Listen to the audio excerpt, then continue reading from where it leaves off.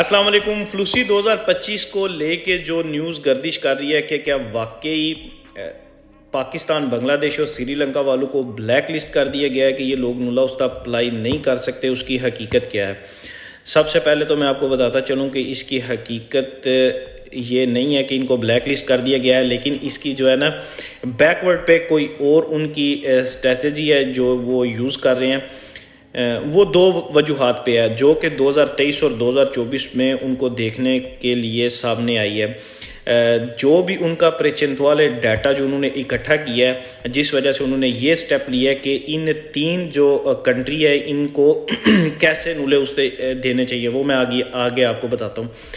سب سے پہلی وجہ تو یہ ہے کہ سب سے زیادہ 2 نمبر نولے اوستے جس امبیسی میں گئے ہیں وہ پاکستان پہلے نمبر پہ ہے، بنگلہ دیش دوسرے نمبر پہ اور سری لنکا تیسرے نمبر پہ ہے۔ امبیسی پہ جو ڈیٹا اکٹھا کیا ہے نا، جو آپ کی کنٹری میں کونسلیٹ اسلام آباد میں امبیسی ہے، کہ سب سے زیادہ 2 نمبر نولے اوستے ورک کے انہوں نے اکٹھے کیے ہیں کہ ان لوگوں نے بھیجے ہیں۔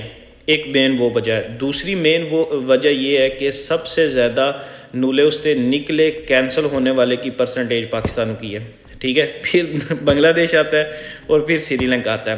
جس وجہ سے انہوں نے یہ سٹیپ لیا، اس کا یہ ہرگز مطلب نہیں ہے کہ پاکستان بلیک لسٹ ہو جائے گا اور وہ آج کی ڈیٹ میں یعنی کہ آج 11 اکتوبر ہے کہ وہ نولے اوستے اپلائی نہیں کر سکیں گے۔ 2 انہوں نے سٹیپ لیے ہیں، بہت ہی اچھے ہیں۔ اس پہ اپنے پیارے بھائی جو پاکستان سے آنا چاہتے ہیں ان کے لیے ہی فائدہ ہوگا کہ وہ کم از کم وہ کیا کہتے ہیں 1 نمبر پیپروں پہ آئیں گے، کہ ان کو یہ نہیں ہوگا کہ یہ 2 نمبر تو نہیں ہے۔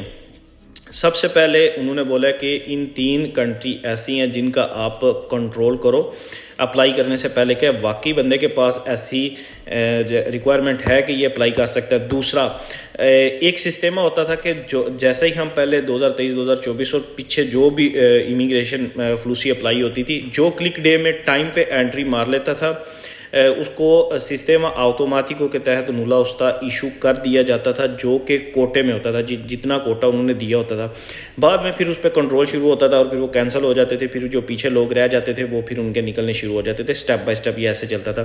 لیکن ابھی انہوں نے بولا کہ جو سسٹم سیلینسیو اسینسو ہے کہ اس پہ جو ہے نا ان کو انٹری نہ دی جائے، ان 3 کنٹری والوں کو، لہٰذا پہلے ان کے ڈاکومنٹ کنٹرول کر لیے جائیں کہ بعد میں ہمیں کینسل کرنے پڑے، ڈبل ورک کرنا پڑے، پھر جو لوگ پیچھے رہ جاتے ہیں ان کو نولہ اوستا دینا پڑے۔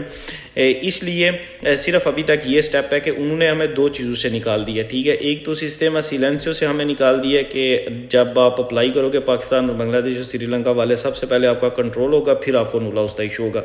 دوسرا، انہوں نے اپلائی کرنے سے پہلے بولا کہ ان 3 کنٹری والوں کے اوپر ذرا اکھاں کھول کے دیکھا جائے کہ واقعی انہوں نے نولہ اوستا دینا ہے کہ نہیں دینا۔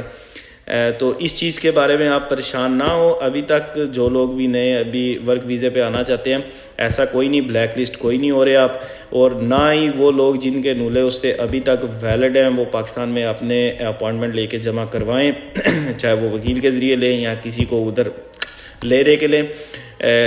اگر تو ان کے نولے اوستے ٹھیک ہیں تو انشاءاللہ ان کا ویزا بھی 100% لگے گا، پھر ڈپینڈ ہے آپ کے انٹرویو پر، ویزا فیسر پہ، ٹھیک ہے۔ دعاؤں میں یاد رکھنا۔ اللہ حافظ۔